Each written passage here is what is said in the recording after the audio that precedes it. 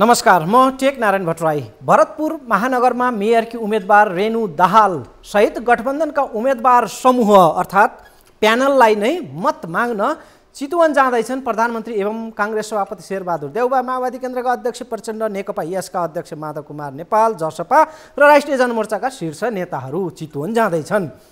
मतलब सिङ्गो गठबन्धनको शीर्ष ताकत एकीकृत भएर भरतपुरमा परिचालित हुनेछ।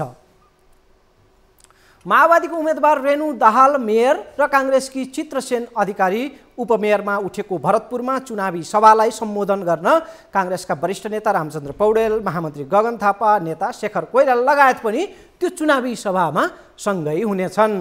गठबन्धनले भरतपुर स्थित हाकिम चोकमा पर्सि बिहिबार 22 गते बिहान 11 बजेबाट चुनावी सभा गर्ने तय छ। गठबन्धनका चुनावी सभामा 5 दलका प्रमुख नेताले सम्बोधन गर्ने बकाइदा गठबन्धन बैठकबाटै निर्णय भएको थियो। त्यो निर्णय मुताबिक चितवनबाटै गठबन्धनको बृहत चुनावी सभाको आरम्भ हुने भएको छ। पहिलो सभा चितवनमा हुने र शीर्ष नेतृत्वले सम्बोधन गर्ने तारतम्य जे बन्दैछ, यसबाट पनि प्रश्न हुन्छ कि भरतपुर गठबन्धनको पहिलो प्राथमिकतामा छ। चितवन काङ्ग्रेसका नेता जगन्नाथ पौडेल पनि भरतपुर मेयरमा बागी बनेर चुनावी मैदानमा छन्। उनले गठबन्धनको भोट, खास गरी काङ्ग्रेसको भोट काट्लान् कि भन्नेमा खास गरी देउवा प्रचण्डको निकै तनाव छ, त्यसमा चिन्ता छ। त्यो नकाटुन्, उनले काङ्ग्रेसको मत भन्नेमा उनीहरूको जोड रहनेछ। काङ्ग्रेसका जिल्ला नेता मेयरमा उठेपछि माओवादी भन्दा त उनैलाई भोट जाने जोखिम देखेको छ गठबन्धनले। त्यसैले उनलाई फकाउन र उम्मेदवारी फिर्ता गराउन काङ्ग्रेस सहित गठबन्धनको भरपुर प्रयास थियो। तर उनले मेयर उम्मेदवारी छाडेनन् र स्वतन्त्र तर्फबाट मत माग्दै अहिले चुनावी मैदानमा उत्रिएका छन् जगन्नाथ पौडेल। उनका कारण भरतपुरमा गठबन्धनलाई सङ्कट थपिएको छ। त्यसैले पनि भरतपुरलाई विशेष महत्त्व दिएरै शीर्ष नेता चितवन उत्रिएर गठबन्धनका उम्मेदवारहरूका पक्षमा मत माग्ने र माहौल बनाउने तयारी छ। काठमाडौँ, ललितपुर, पोखरा, वीरगञ्ज, विराटनगर लगायतका महानगर र प्रमुख सहरमा पनि गठबन्धनले यस्तै चुनावी सभाहरू गर्ने तय छ।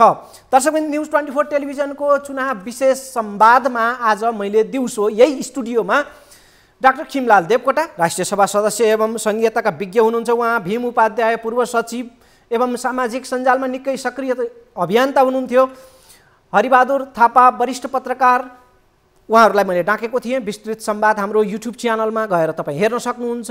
यो स्थानीय चुनावको सम्भावित नतिजा र चुनाव पछिको राजनीतिक समीकरण के होला, बदलाव आउला या यथास्थितिमा अगाडि बढ्ला, सत्ता साझेदारी, दलहरू बीचको जुन तालमेल छ, गठबन्धन जुन बनेको छ, यो बदलिएला वा यथावत स्थितिमै आउने मङ्सिरको प्रतिनिधि सभा एवं प्रदेश सभा चुनावसम्मै हालको अवस्था कायम रहला, यसबारेमा पनि आजको संवादमा हाम्रो चर्चा चलेको थियो। विस्तृत चाहिँ तपाईँले युट्युबमा गएर हेर्न सक्नुहुन्छ। एक झलक प्रस्तुत छ चुनावी नतिजा र त्यसपछिको अवस्थाबारेको आकलन।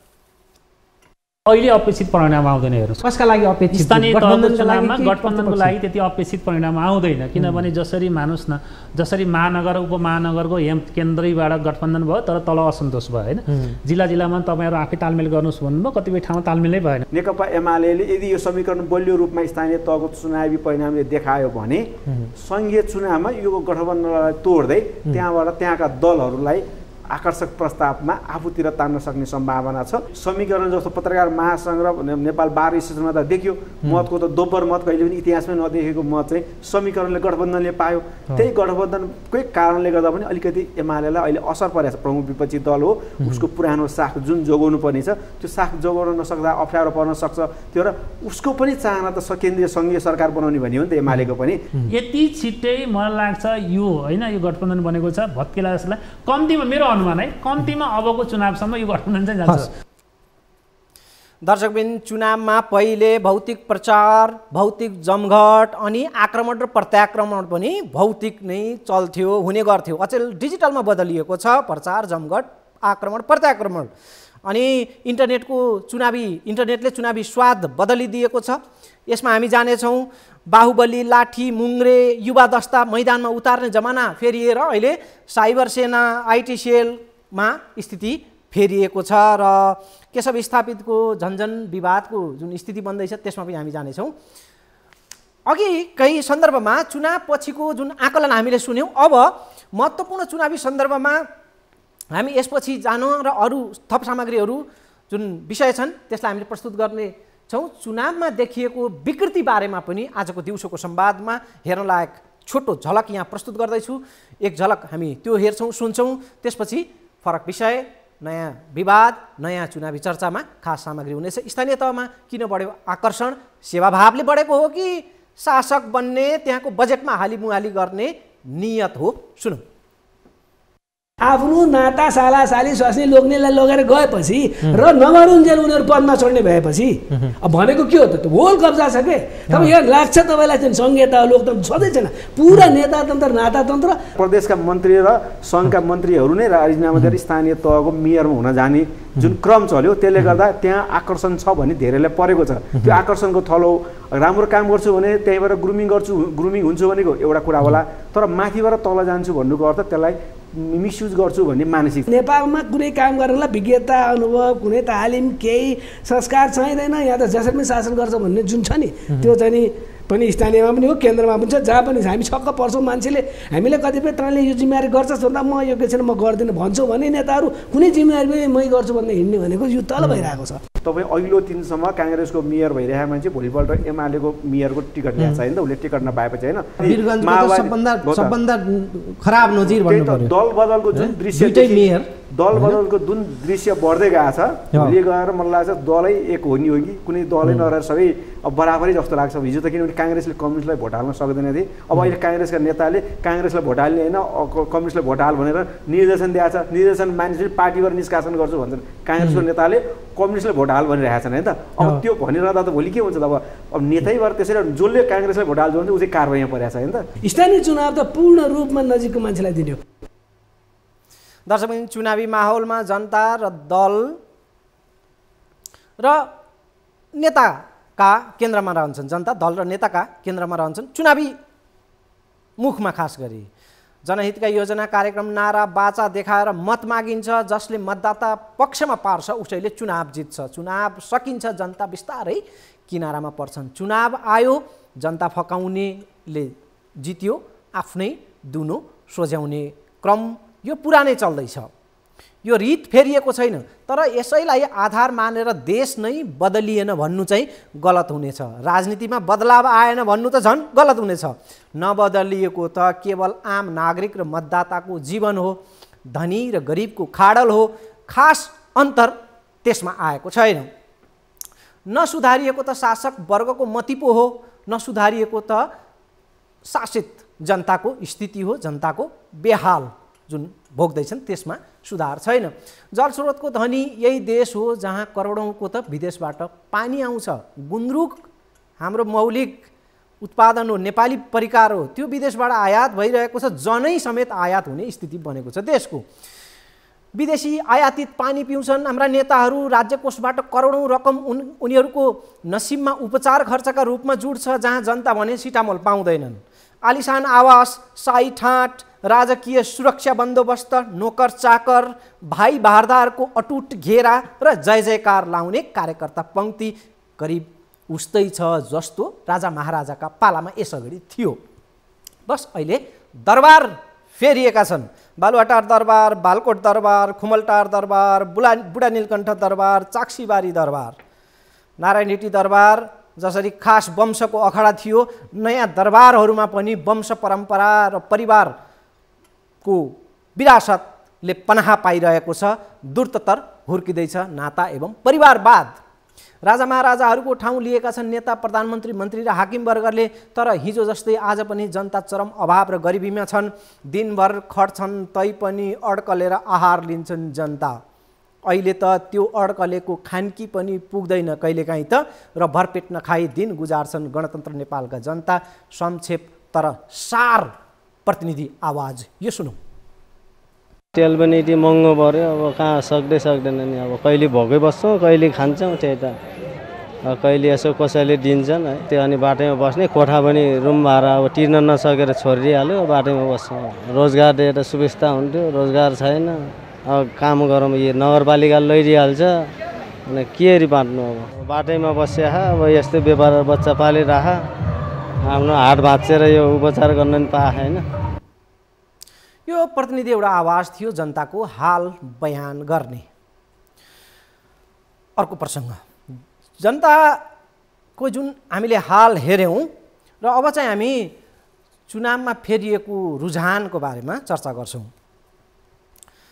चुनावमा पहिले भौतिक प्रचार, भौतिक जमघट अनि आक्रमण र प्रत्याक्रमण पनि भौतिक नै हुने गर्थ्यो। अचेल डिजिटलमा बदलिएको छ यो सारा चिज, प्रचार, जमघट, आक्रमण, प्रत्याक्रमण सबै। इन्टरनेटले चुनावी स्वादलाई बदलिदिएको छ।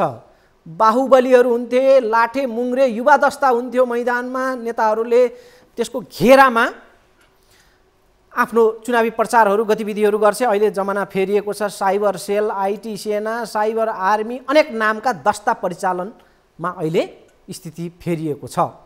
काठमाडौँका मेयर स्थापित झन्झन विवादमा पर्दै गएका छन् र अन्य प्रसङ्गमा हामी यसपछि जानेछौँ। यहाँ बेला भएको छ छोटो विश्रामको।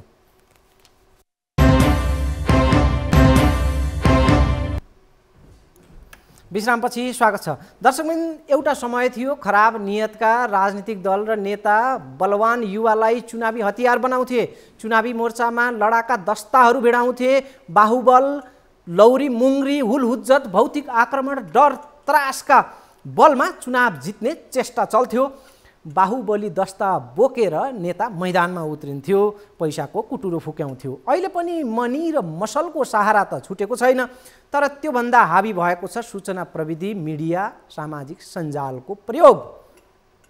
चुनावका मुखमा पहिले कार्यकर्ता एवं युवा दस्तालाई तालिम मिल्थ्यो भौतिक आक्रमण र बचाउ कसरी गर्ने भनेर। बकाइदा तालिमहरू हुन्थ्यो चुनावी तयारीका लागि, युवाहरू हजारौँ जम्मा पारेर तालिम चल्थ्यो शारीरिक सुगठनको। तर अहिले तालिम दिइएको छ सूचना प्रविधि एवं सामाजिक सञ्जाल उपयोग र त्यसको दुरुपयोगको।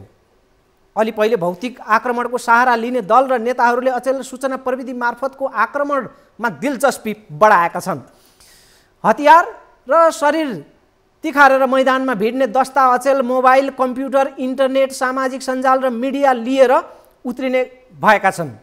सङ्गठित तहमै आइटी सेलका गोप्य जमघट स्थल र प्रचार कार्यालय परिचालनमा छन्। गाउँ सहर देश विदेश जहाँ जहाँबाट जुड्छन्, जहाँ जहाँबाट जोडिन्छन् कट्टर कार्यकर्ता पङ्क्ति। ती आफ्नै कोठा चोटाबाट एक प्रकारले असङ्गठित रूपमा पनि आइटी दस्ताको रूपमा परिचालित छन्।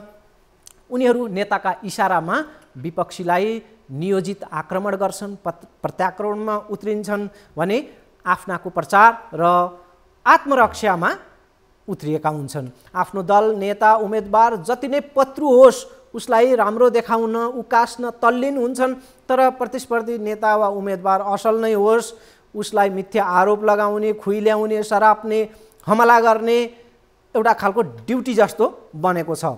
जागिरे जस्तै बनेर आइटी दस्ता माथिको तोक आदेशमा, नेताहरूको तोक आदेशमा, खास गरी दलका प्रचार विभागको तोक आदेशमा चुनावी मोर्चामा खटिएका छन्। त्यो महसुस भइरहेको छ। साइबर सेना, साइबर सेल, आइटी सेना, आइटी आर्मी, आइटी सेल, प्रचार दस्ता, अनेक नामका दलीय हुल र संरचना यो चुनावी माहौलमा व्यापक परिचालनमा छन्। पहिले कार्यकर्ता र युवाहरूलाई नेताहरूबाट शारीरिक दोहन हुने गर्थ्यो, अचेल बौद्धिक दोहन बढ्दै गएको छ। बिहानै सबेरै लिन्छ मोबाइल, खोल्छ ल्यापटप, चाहर्छ इन्टरनेट, मिडिया र सञ्जाल अनि खट्छ तोक आदेश अनुसार त्यो सदस्य। दिनभरको खटनपछि बेलुका साइबर झुन्डका अन्य सदस्यहरू समेतको जमघट हुन्छ र चल्छ रसपान र बन्छ अबको फेरि अर्को भोलिको योजना। परिचालित न पर्यो, ऊ आफ्नै बुद्धिमा चल्दैन, उसलाई चलाउने माथिका हुन्छन् खास गरी प्रचार विभागका मान्छे, नेता, उम्मेदवारका ती पेटी ठेकदारहरू हुन्छन्। त्यहाँ मजदुर भेलामा पेटी ठेकदारले थप कार्यादेश तोक्छ र सोही मुताबिक चल्छ साइबर मजदुरी।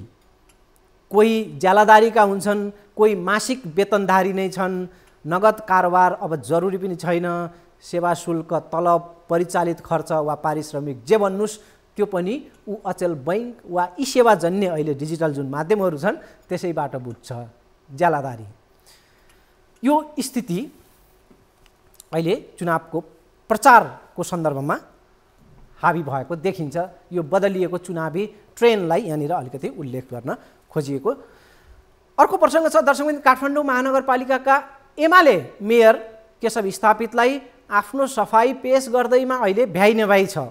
निर्वाचन आयोगले समेत स्पष्टीकरण सोधेपछि उनलाई लिखित, मौखिक, औपचारिक, अनौपचारिक हर तरहले जवाफ दिनु परेको छ। सञ्चार माध्यममा होस् वा चुनावी सभा एवं सार्वजनिक समारोहमा स्थापितले आफ्नो बचाउ गर्नमै समय र ऊर्जा लगाउनु परेको छ। त्यसमाथि उनका नयाँ बयान पनि विवादमा परेका छन्। आजकै कार्यक्रममा पनि स्थापितले यौन दुर्व्यवहारको आरोपबारे प्रश्न गर्ने युवतीमाथि फेरि पनि अर्को स्तरहीन टिप्पणी गरेका छन्। मैले ठुलो स्वरले कराउँदा महिला हिंसा भइहाल्ने अनि महिलाले चाहिँ चिथोर्न, पछार्न, ढुङ्गा हान्न, जे गर्न पनि हुने स्थापितले भनेका छन्। छोरीको पनि छोरी उमेरकाले बोलेको हेर्नुहोस् त, उनको कर्कश त्यो प्रश्न हेरौँ त, मान्छे पनि हो कि होइन जस्तो लाग्यो, अमानवले बोलेको जस्तो। उनी अमानव भन्न पनि पछि परेनन् र भने अमानवलाई मैले मानवीय व्यवहार गर्नुपर्छ जस्तो लागेन, त्यसैले मैले बाहिरबाट हेर्दा राम्री तर थुतुन ठिक छैन भनेको हो। म फेरि पनि भन्छु, मेरो प्रवृत्ति नै यस्तै हो। आज केशव स्थापितले यो प्रकारको फेरि अर्को बयानबाजी दिएका छन्। सुरुमा सुन्छौँ महिला मामिलाको विवादमाथि अर्को विवाद थपेको केशव स्थापितको प्रसङ्ग, त्यो अभिव्यक्ति। त्यसपछि बालेन शाहमाथि पनि आज उनी खनिएका छन् र उनका पछिल्ला कतिपय टिप्पणी अराजनीतिक भन्दै एमालेकै नेताहरूले संयम हुन आग्रह गरेको प्रसङ्गलाई पनि जोड्नेछु। सुनौँ पहिला महिला मामला विवादमा झन्झन असन्तुलित बनेका मेयर उम्मेदवार केशव स्थापित। फल लागेको बेला बाँदर उफ्रिन्छ भने जस्तै हो। फल लागेको बेला तोड्न आउँछ नि। अब बाँदर परेन होला, बाँदरको श्रीमती पर्यो होला, यति नै फरक भयो। अब यसो भन्दा पनि महिला हिंसा हुन्छ भने हिंसै भयो होला। अब महिलाले चाहिँ चिथोरे पनि हुने, महिलाले पछाडिबाट चढे पनि हुने, अब महिलाले चाहिँ ढुङ्गाले हाने पनि हुने। यसो ठुलो आँखा परे चाहिँ महिला हिंसा भइहाल्ने। अब यस्तो पनि महिला हिंसा भनेको अनि दृष्टिले हेरेर मलाई चाहिँ बलात्कार गर्यो भने गर्ने के भनेको। अब यस्तो समाज छ क्या। मेरो छोरीभन्दा छोरीको उमेरले त्यो बोलेको हेर्नुहोस् न, त्यो बोलेको कर्कशता हेरौँ न, त्यो चाहिँ मान्छे नै हो कि होइन जस्तो क्या, अमानवले बोल्ने जस्तो। अनि अमानवलाई मैले मानवीयको व्यवहार गर्नु पर्दैन जस्तो लाग्यो। त्यसैले मैले भनेको तिमी चाहिँ सारी राम्री छौ बाहिरबाट, तर थुतुनु चाहिँ ठिक छैन। म फेरि पनि भन्छु क्या, फेरि पनि भन्ने हो। मेरो प्रवृत्ति यही हो। म कराटे पनि खेल्थेँ, मैले यस्तो छेक्या हो क्या। अब छेक्दा त यस्तो हुन्छ, हाने भए के हुन्थ्यो होला। अब छेक्दा यस्तो हुन्छ क्या। अब मेयर उम्मेदवार केशव स्थापितले एकातिर गल्ती सच्याउने भन्दा थप विवादित बयान पनि थप्दै गएका छन्, दिँदै गएका छन्। तर उही मञ्चमा आज उनले गल्ती भएको भए माफी पाऊँ भन्दै हात पनि जोडेका छन्। महिला मामलाको विवादमा उनको आज उनले माफी पनि मागेका थिए। अर्को विवादित प्रसङ्गमा पनि उनी फेरि आज थामिएका छैनन्। प्रसङ्ग हो बालेन शाहको उम्मेदवारीको विषयमा केशव स्थापितको टिप्पणी हो। केशव स्थापितले स्वतन्त्र उम्मेदवार बालेन शाहमाथि पनि अराजनैतिक टिप्पणी गरेको भन्दै कतिपय एमालेकै नेताहरूले समेत संयम हुन आग्रह गरेका छन्। क्षेत्रीय, भेगीय, जातीय घृणा फैलाउने अभिव्यक्ति दिएको भन्दै स्थापितलाई सामाजिक सञ्जालमा एमालेकै नेता, अधिकारकर्मीहरू, बुद्धिजीवीहरू, पत्रकार, लेखकहरूले सच्चिन आग्रह गरेका छन्। बालेन शाहलाई फुच्चे, अन्तर्राष्ट्रिय ठग भन्दै केशव स्थापितले अमर्यादित टिप्पणी गरेका थिए। त्यो मात्र होइन, मधेसको मान्छेले पहिचान लुकाएर काठमाडौँका मतदातालाई भ्रममा पारेको भन्दै अत्यन्तै अराजनीतिक र घृणा फैलाउने हेट स्पिच पनि केशव स्थापितले दिएका थिए भन्दै अहिले त्यसको आलोचना पनि भइरहेको छ। दर्शकबिन, अमेरिकामा पुगेर नेपाली मूलका उम्मेदवारहरूले चुनाव जितेका छन्। अमेरिकामा नेपाली मूलका उम्मेदवारहरूले चुनाव जितेका छन्। चुनाव जितेर यहाँका हाम्रा सांसदहरू भने जस्तै अमेरिकी राज्य विधायक बनेका छन् नेपालीहरू। उदाहरणको लागि ह्यारी भण्डारी अस्ति भर्खर म्यारिल्यान्ड डेमोक्रेटिक दलको केन्द्रीय समिति सदस्यमा निर्विरोध निर्वाचित भएका छन्। नेपालमा पत्रकारिता गरेका, पत्रकार समेत रहेका सतीश चापागाई अमेरिकामा। तर केशव स्थापितको अभिव्यक्तिमा मधेसमाथिको विभेद झल्किन्छ। चिप्लिएर झुक्किएर आएको यो अभिव्यक्ति पनि होइन। सुविचारित ढङ्गले मतदातालाई एउटा खालको क्षेत्रीय, भेगीय अनि जातीय आधारमा विभाजित गर्ने योजनाका साथ आएको अभिव्यक्ति भन्दै स्थापितको यो अहिले आलोचना भइरहेको छ। मधेसलाई प्रतिनिधित्व गर्ने एमालेकै नेता कार्यकर्ता शुभेच्छुक स्थापितको अभिव्यक्तिमा आपत्ति जनाइरहेका छन्। एमालेका प्रभावशाली नेताहरूले पनि स्थापितलाई लगाम लगाउन र यस प्रकारको हेट स्पिच नदिन स्वयं स्थापितलाई र पार्टी नेतृत्वलाई पनि सुझाएका छन्, सचेत गराएका छन्। तर आज पनि स्थापित महिलाहरूको सन्दर्भमा पनि सुनिहाल्यौँ र बालेन शाहप्रति पनि उस्तै प्रकारको आक्रमणमा उत्रिए। पहिले अस्तिको विवादित बयान यहाँ जोडिएको छ, लगत्तै फेरि आजको स्थापितको टिप्पणी पनि जोडेर तयार पारेको यो सामग्री हेरौँ।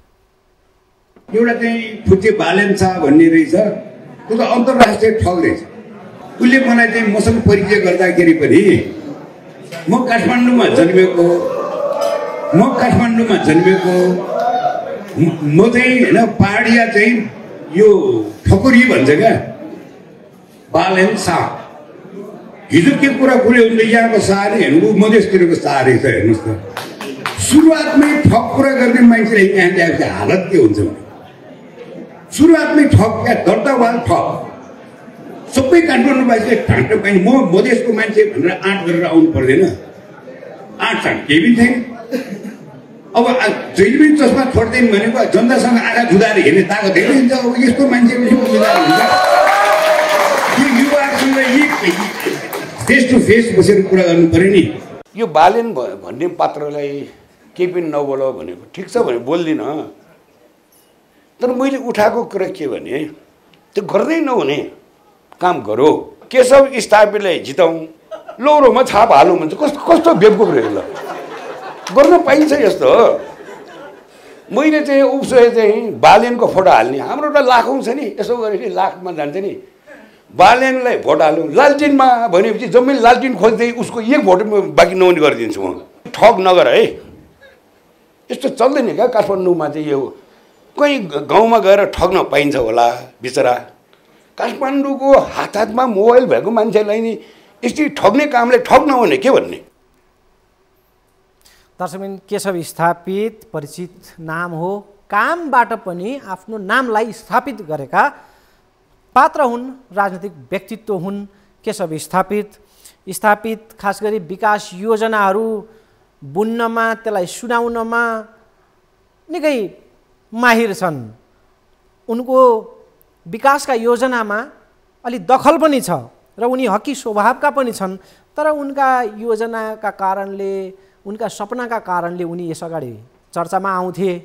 भलै कतिपयले उनलाई उडन्ते गफ दिने भनेर पनि टिप्पणी गर्थे, तर उनले विगतमा गरेका कामबाट पनि आफ्नो नाम स्थापित गरेका थिए।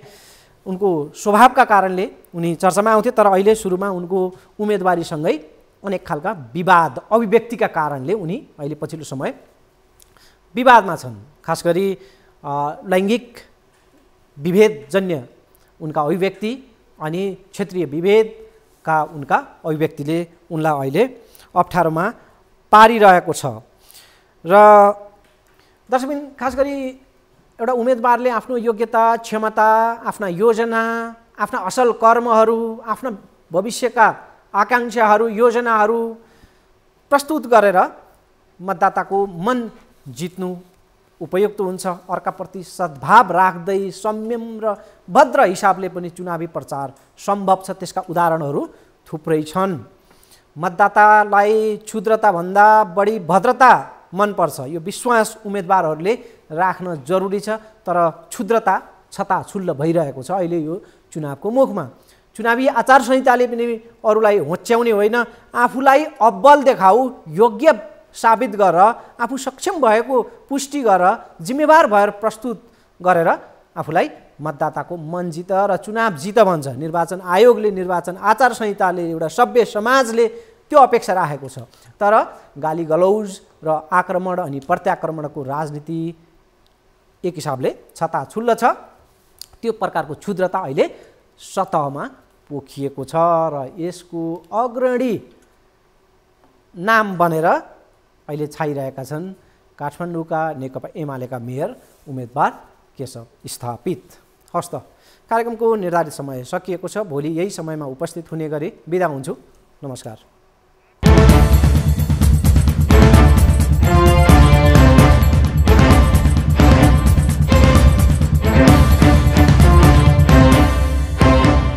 रोगीलाई निरोगी बनाउँदै खुसी पार्दैछ वैदिक आयुर्वेद सेवा प्रणाली।